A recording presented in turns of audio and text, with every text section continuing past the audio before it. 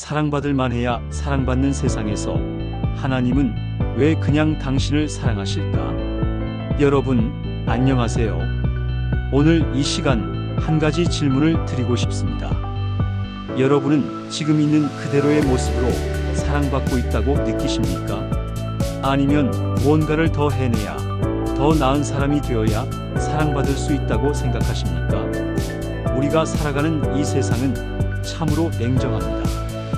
외모가 뛰어나야 인정받고, 학벌이 좋아야 대접받고, 성과를 내야 존중받습니다. 직장에서는 실적을 올려야 인정받고, 가정에서는 역할을 잘 해내야 사랑받습니다.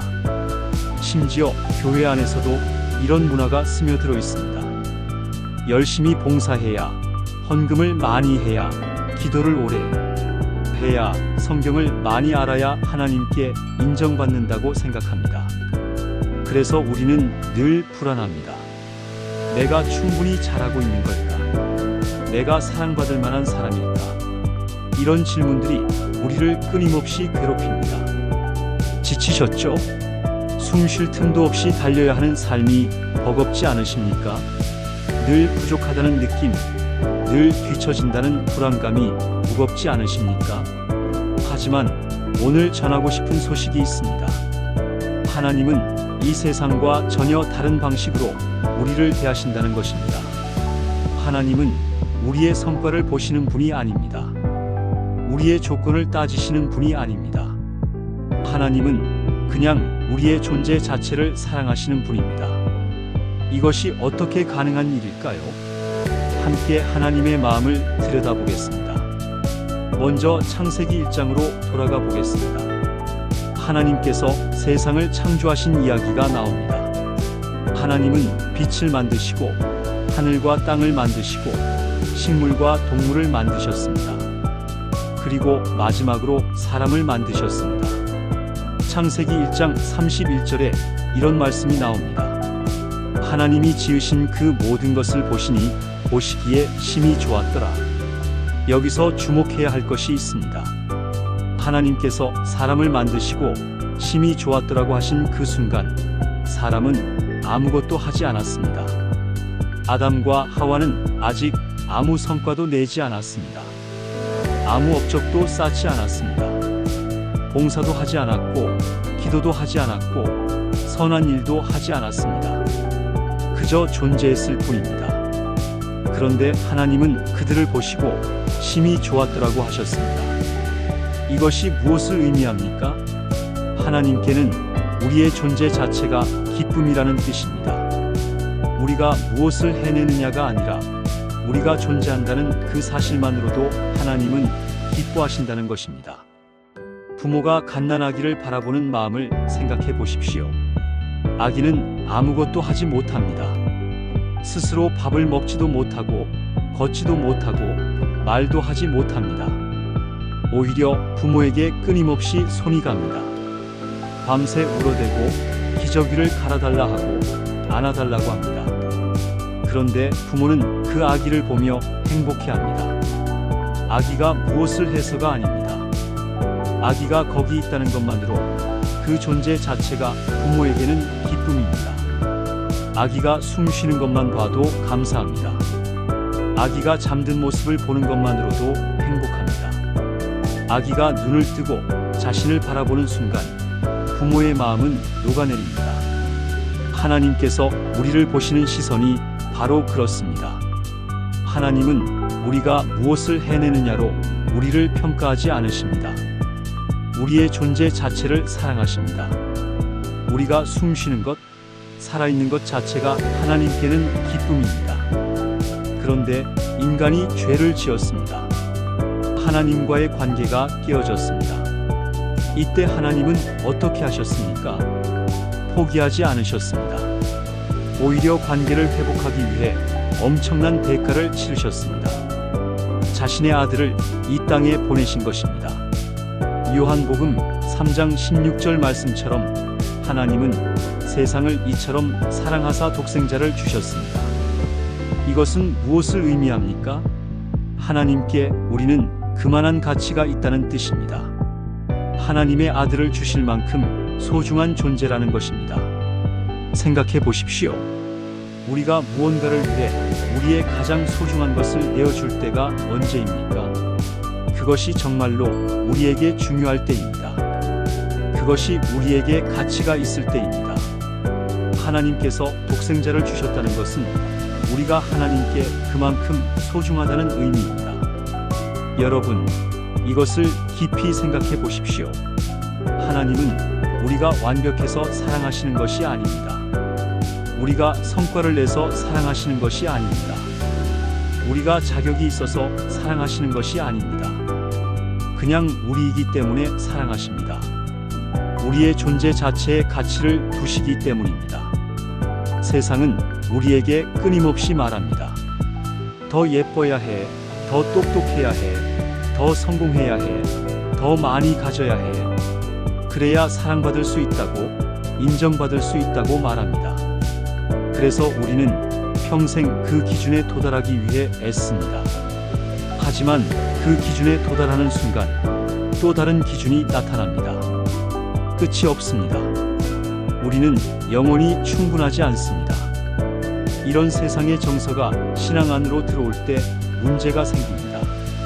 우리는 하나님께도 같은 방식으로 접근하려고 합니다.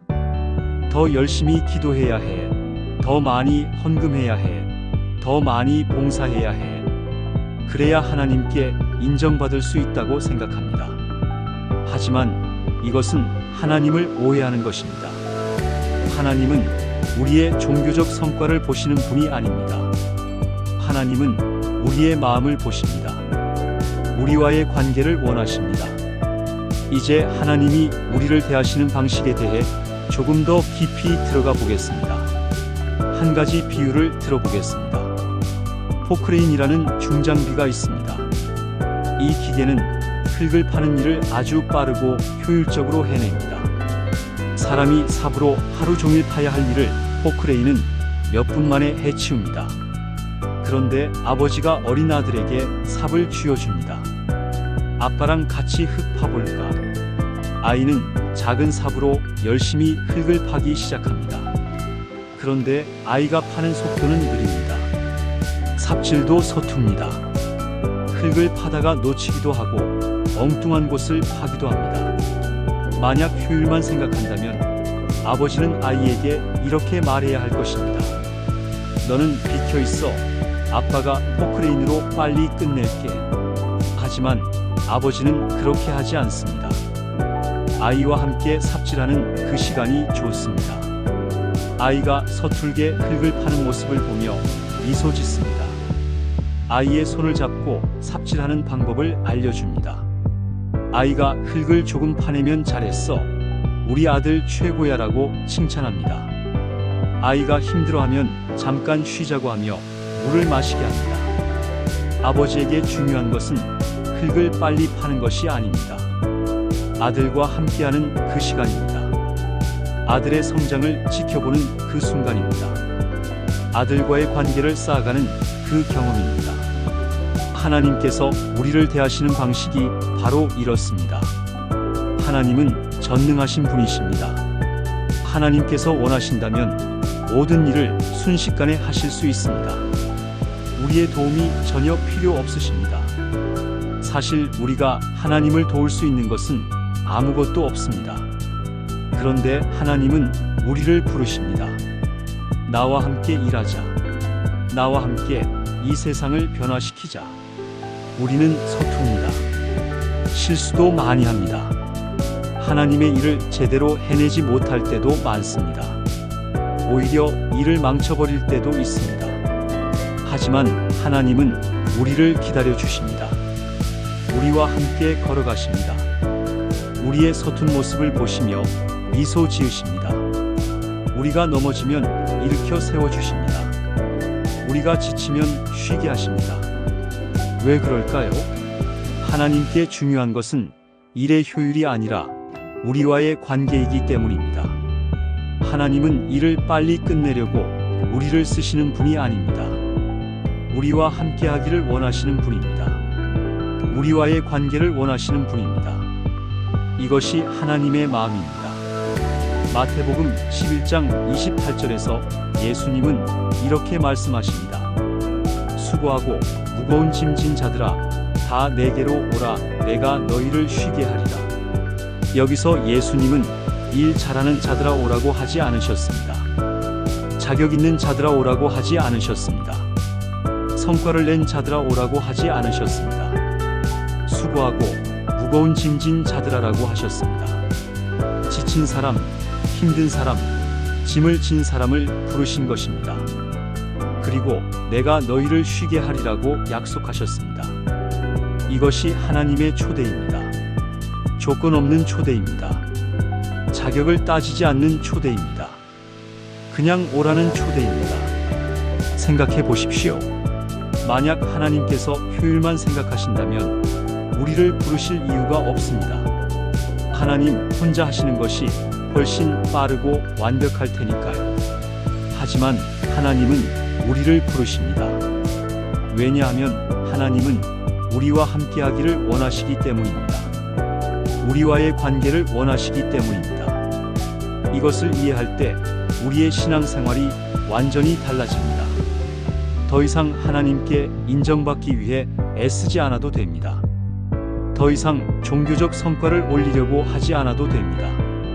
그냥 하나님과 함께 걸으면 됩니다. 서툴러도 괜찮습니다. 느려도 괜찮습니다. 하나님은 우리의 속도에 맞춰주십니다. 이제 예수님께서 하신 한 비유를 살펴보겠습니다. 누가복음 15장에 나오는 일은 양 비유입니다. 어떤 목자에게 양이 100마리가 있었습니다. 그런데 그중 한 마리가 길을 잃었습니다. 목자는 99마리를 들판에 두고 그 한 마리를 찾으러 갑니다. 그리고 찾을 때까지 찾아다닙니다. 많은 사람들이 이 비유를 이렇게 해석합니다. 100마리 중 한 마리니까 100분의 1이네. 그래도 하나님은 그 작은 비율도 소중히 여기시는구나. 하지만 이것은 잘못된 해석입니다. 이 비유의 핵심은 비율이 아닙니다. 핵심은 그 양입니다. 목자에게 그 양은 100분의 1이 아닙니다. 대체 가능한 한 마리가 아닙니다. 그 양은 대체 불가능한 바로 그 양입니다. 목자는 다른 99마리로 만족할 수 없습니다. 왜냐하면 그것들은 그 양이 아니기 때문입니다. 목자가 찾는 것은 바로 그 특정한 한 마리입니다. 생각해 보십시오. 목자가 정말 효율만 생각한다면 어떻게 해야 할까요? 99마리를 안전하게 지키는 것이 합리적입니다. 한 마리를 찾으러 가다가 99마리마저 위험에 빠뜨릴 수 있으니까요. 경제적으로 계산해봐도 한 마리보다 99마리가 훨씬 가치가 있습니다. 손실을 최소화하는 것이 현명한 선택입니다.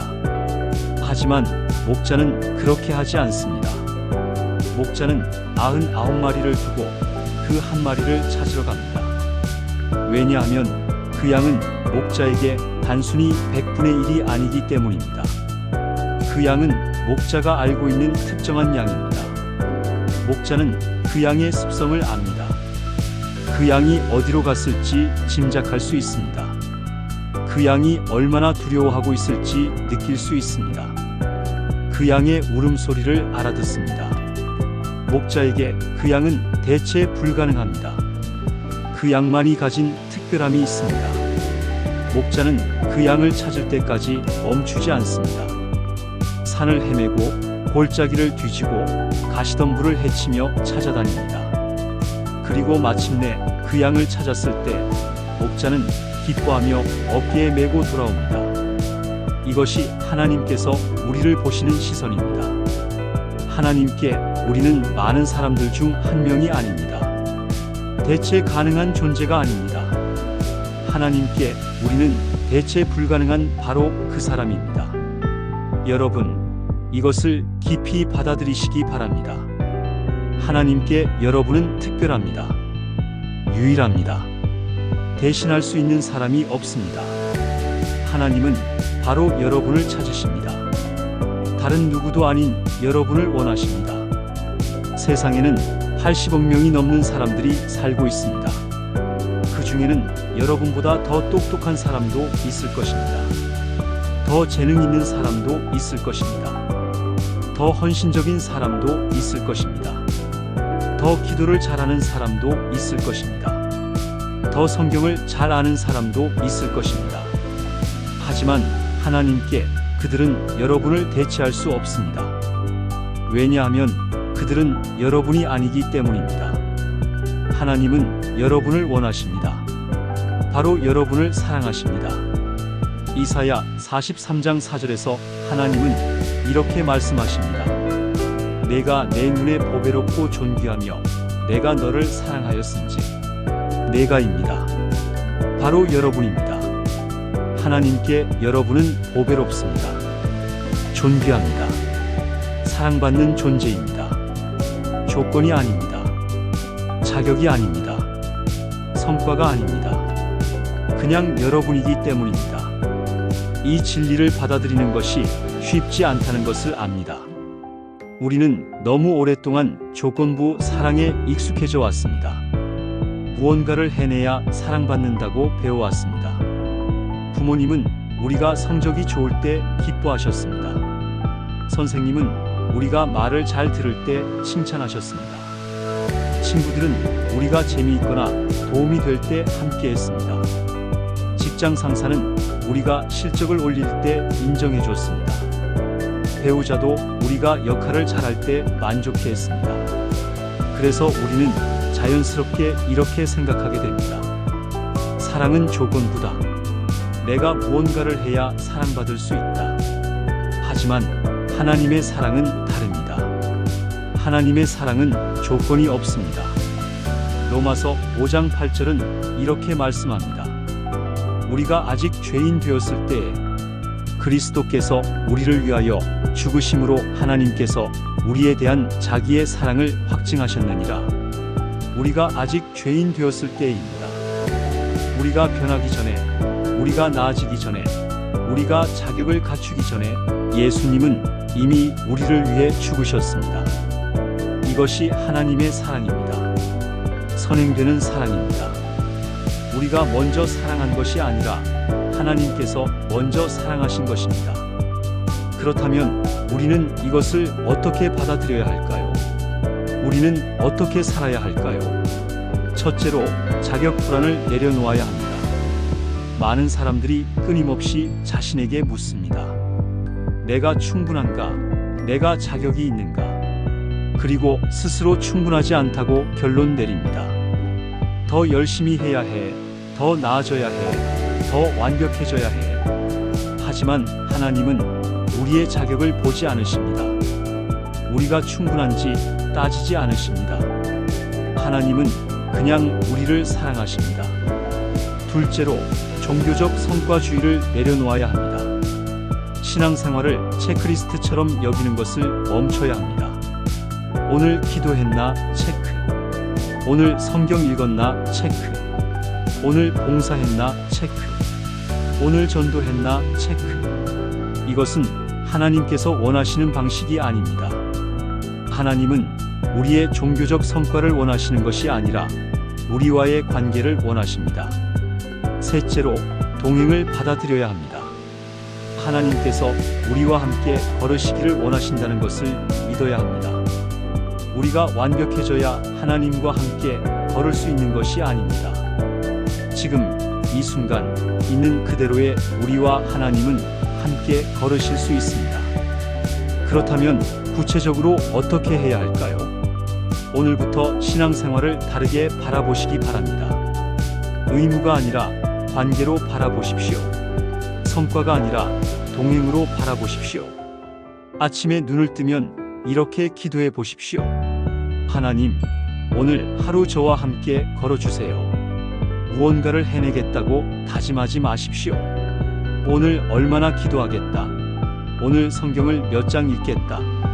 이런 목표를 세우지 마십시오. 그냥 하나님과 함께 하겠다고 결심하십시오. 하루를 살아가면서 하나님을 의식하십시오. 일하면서도 쉬면서도 사람을 만나면서도 하나님께서 나와 함께 하신다는 것을 기억하십시오. 그리고 하나님과 대화하십시오. 긴 기도가 아니어도 됩니다. 하나님, 감사합니다. 하나님, 도와주세요. 하나님, 이 일을 어떻게 해야 할까요? 하나님, 이 사람을 어떻게 대해야 할까요? 이런 짧은 기도들로 충분합니다. 중요한 것은 하나님과 연결되어 있다는 것을 느끼는 것입니다. 하나님이 나와 함께 계신다는 것을 의식하는 것입니다. 실수해도 괜찮습니다. 넘어져도 괜찮습니다. 하나님은 우리를 일으켜 세우실 것입니다. 그리고 다시 함께 걸으실 것입니다. 속도는 중요하지 않습니다. 빠르게 가는 것이 중요한 것이 아닙니다. 함께 가는 것이 중요합니다. 다른 사람과 비교하지 마십시오. 저 사람은 나보다 기도를 더 많이 하는데 나는 왜 이 모양일까? 저 사람은 나보다 성경을 더 많이 아는데 나는 왜 이렇게 부족할까? 저 사람은 나보다 봉사를 더 많이 하는데 나는 왜 이렇게 게으를까? 이런 비교는 의미가 없습니다. 하나님은 여러분을 다른 사람과 비교하지 않으십니다. 하나님은 여러분만을 보십니다. 여러분의 속도로 여러분과 함께 걸으십니다. 자격은 필요 없습니다. 완벽할 필요도 없습니다. 하나님은 여러분을 있는 그대로 받아주십니다. 그리고 여러분과 함께 걸으시면서 천천히 변화시키십니다. 억지로가 아닙니다. 강요가 아닙니다. 사랑으로 천천히 변화시키십니다.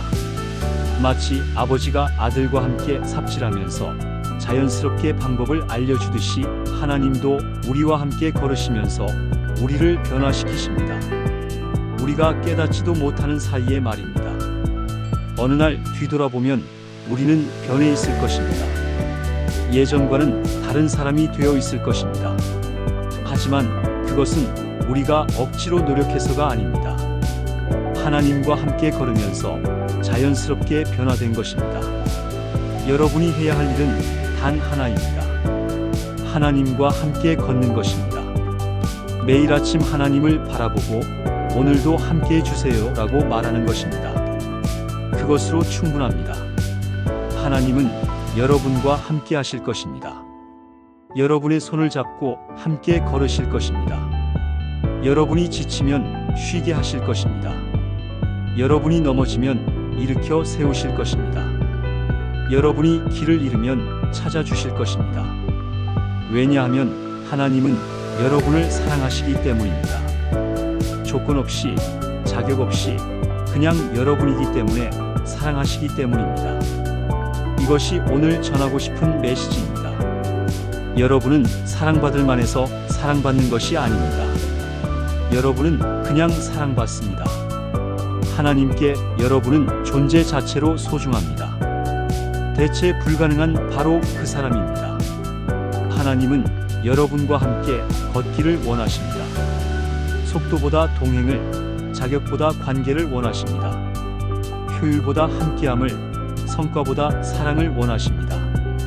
오늘 이 초대를 받아들이시기 바랍니다. 하나님과 함께 걷는 삶을 시작하시기 바랍니다. 그것이 신앙생활의 본질입니다. 그것이 하나님께서 우리에게 원하시는 것입니다. 더 이상 자격을 갖추려고 애쓰지 마십시오. 더 이상 성과를 올리려고 하지 마십시오. 더 이상 인정받으려고 하지 마십시오. 그냥 하나님과 함께 걸으십시오. 있는 그대로의 모습으로 하나님께 나아가십시오. 하나님은 여러분을 기다리고 계십니다. 여러분이 완벽해지기를 기다리시는 것이 아닙니다. 여러분이 자격을 갖추기를 기다리시는 것이 아닙니다. 지금 이 순간 있는 그대로의 여러분을 기다리고 계십니다. 오늘부터 시작하십시오. 지금 이 순간부터 시작하십시오. 하나님께 이렇게 말씀드리십시오. 하나님, 저는 부족합니다. 저는 완벽하지 않습니다. 저는 자격이 없습니다. 하지만 하나님께서 저를 사랑하신다는 것을 믿습니다. 하나님께서 저와 함께 걸으시기를 원하신다는 것을 믿습니다. 오늘부터 하나님과 함께 걷겠습니다. 저의 속도로, 저의 모습 그대로 하나님과 함께 걷겠습니다. 이것이 바로 하나님께서 원하시는 것입니다. 여러분의 완벽함이 아니라 여러분의 마음입니다. 여러분의 성과가 아니라 여러분과의 관계입니다. 하나님은 여러분을 사랑하십니다. 그냥 여러분을 사랑하십니다. 이유가 필요 없습니다. 조건이 필요 없습니다. 여러분이 하나님의 사랑받는 자녀이기 때문입니다. 여러분이 하나님께 소중한 존재이기 때문입니다. 여러분이 대체 불가능한 바로 그 사람이기 때문입니다. 오늘 이 진리를 받아들이시기 바랍니다. 오늘 이 사랑을 받아들이시기 바랍니다. 그리고 하나님과 함께 걷는 삶을 시작하시기 바랍니다. 속도를 내려놓으십시오. 자격을 내려놓으십시오. 성과를 내려놓으십시오. 그리고 하나님의 손을 잡으십시오. 하나님께서 여러분의 손을 잡고 함께 걸으실 것입니다. 천천히 여러분의 속도로 함께 걸으실 것입니다. 그것이 하나님께서 원하시는 동행입니다. 그것이 하나님께서 주시는 은혜입니다. 여러분이 지금 어떤 상황에 있든지 어떤 모습이든지 하나님은 여러분을 사랑하십니다. 여러분이 성공했든 실패했든 건강하든 아프든 부유하든 가난하든 하나님은 여러분을 사랑하십니다. 여러분이 기도를 많이 했든 적게 했든 성경을 많이 읽었든 적게 읽었든 봉사를 많이 했든 적게 했든 하나님은 여러분을 사랑하십니다. 왜냐하면 하나님의 사랑은 조건이 없기 때문입니다. 하나님의 사랑은 여러분의 존재 자체를 향한 사랑이기 때문입니다. 이것을 믿으시기 바랍니다. 이것을 받아들이시기 바랍니다. 그리고 이 사랑 안에서 자유롭게 사시기 바랍니다. 더 이상 자격 불안에 시달리지 마십시오. 더 이상 종교적 성과주의에 얽매이지 마십시오. 하나님께서 여러분을 사랑하신다는 것을 믿고 그 사랑 안에서 하나님과 함께 걸으십시오. 그것이 진정한 신앙생활입니다. 그것이 하나님께서 우리에게 주시는 자유입니다.